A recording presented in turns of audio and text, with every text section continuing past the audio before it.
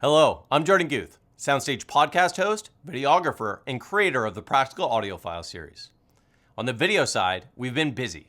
For example, in the last month, we were in Japan at Denon and Marantz, Germany at T+A, the Netherlands at Mola Mola, and the United States twice. One time in Florida at JL Audio, which is now part of Garmin, and the other time in Utah at Wilson Audio, where they grabbed me this sweet shirt. Well, at Wilson Audio, we covered their new flagship loudspeaker, Autobiography, which retails for $788,000 per pair in the US. The video for it is now online, so be sure to check it out. But right now, I want to tell you what's new on the SoundStage network for May 1st.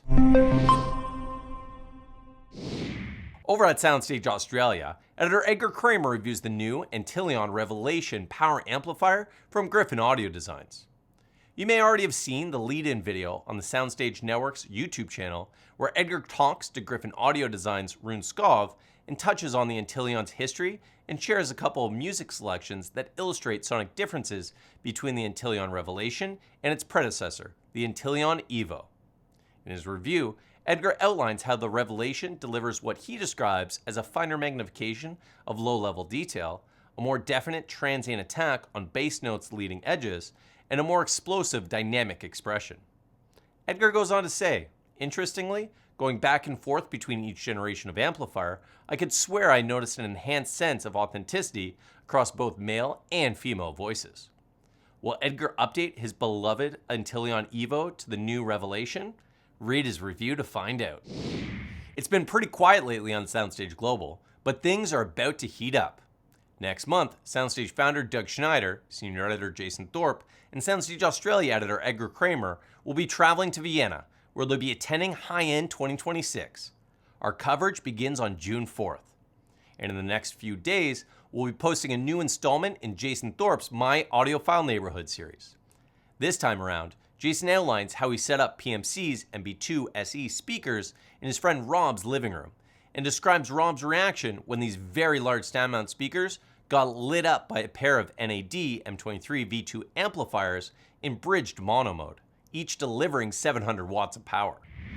If you can't wait for Jason Thorpe's My Audiophile Neighborhood article, you could read his review of PMC's MB2 SE loudspeaker right now on SoundStage Ultra. Jason is unstinting in his praise of this three-way transmission line design, which has its roots in PMC's professional studio monitors, stating, "The MB2 SE is one of the most musically satisfying speakers I've experienced." He concludes, "I've been listening to the MB2 SEs for a couple of months now, and at the start of every track, of every listening session, I found myself looking up at these monstrous speakers and thinking to myself, I could live with these. I would very much like to live with these." Until recently, Jason's reference system was pure analog, but as he recounts in his monthly editorial, he has recently allowed digital audio technology to sneak into his setup. First, it was a high-end streaming preamplifier. Next, it was DSP-enabled room correction. Jason admits to being slightly unsettled by these changes. He writes, "The world was moving too fast. It felt like my DNA was being altered, changing me into a new life form." Read his latest editorial to find out more.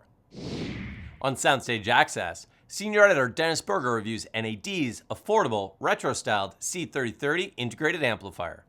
Dennis writes, "Most integrated amps in this price range have a serious deficit of anything resembling personality. This thing, meanwhile, is cuter than a speckled puppy belly and is very well built for the coin." In his monthly editorial, Dennis Berger writes about the music that young people in his life are listening to and lists 14 albums that they think their elders should check out. On SoundStage Hi-Fi, Roger Cano reviews Lyngdorf Audio's TDAI-2210 streaming integrated amplifier, which is rated at 105 watts per channel into 8 ohms and 210 watts per channel into 4 ohms. The TDAI-2210 supports Apple AirPlay 2, Google Cast, Qobuz Connect, Spotify Connect, and Tidal Connect, and features the Danish company's room-perfect room correction technology. Roger concludes, "The totally redesigned and fully featured DSP-based TDAI-2210 performs similarly to other top models in this product category, and it does so at a price that is significantly lower than its competition." In his monthly editorial, Doug Schneider praises Wilson Audio's exemplary customer service, which he experienced firsthand when the company set up a pair of Sabrina V speakers in his living room. then recounts the recent trip to Wilson Audio's headquarters in Utah, where he got to see their new flagship speaker, the Autobiography, while the team was creating the video that's now online. On SoundStage Simplify, Gryphon reviews Klipsch's Flexus Core 300 Dolby Atmos soundbar, which is the world's first soundbar to feature built-in D-Rack live room correction. And it has a built-in streamer that supports Apple AirPlay 2, Google Cast, QPlay, Spotify Connect, and Tidal Connect. Al says these features add up to make the Flexus Core 300 something of a slam dunk for anyone looking for a high-performance 5.1.2 channel Dolby Atmos soundbar. In his monthly Pulse column on SoundStage Experience, music editor Joseph Taylor laments the fact that so many media outlets are cutting back on their coverage of the arts, and describes the profound role that rock music magazines had in forming his musical tastes. On SoundStage Solo, senior editor Jeffrey Morrison reviews Bose's second-generation Quiet Comfort Ultra earbuds. Jeffrey thought the original Quiet Comfort Ultra earbuds were bland-sounding, but found the Gen 2s far more engaging. They're very comfortable and have great noise canceling, he adds. In his monthly editorial, Jeffrey wonders whether our musical tastes get solidified in our teens and 20s, then asks 6, 20, and 30-something friends how they discovered their favorite albums. As I mentioned earlier, the SoundStage team will be attending High-End 2026 in Vienna, but we have lots of other great features coming on the SoundStage network in the meantime. On May 15th, you could read Jeffrey Morrison's review of Sony's WF-1000 XM6 noise-canceling earphones on SoundStage Solo. And SoundStage Ultra will have a review by Philip Gold of Devialet's Astra Streaming Integrated Amplifier. Coming to SoundStage Access on June 1st is Dennis Berger's review of Onkyo's brand new Muse Y40 Streaming Integrated Amp. Thanks for watching and see you on May 15th.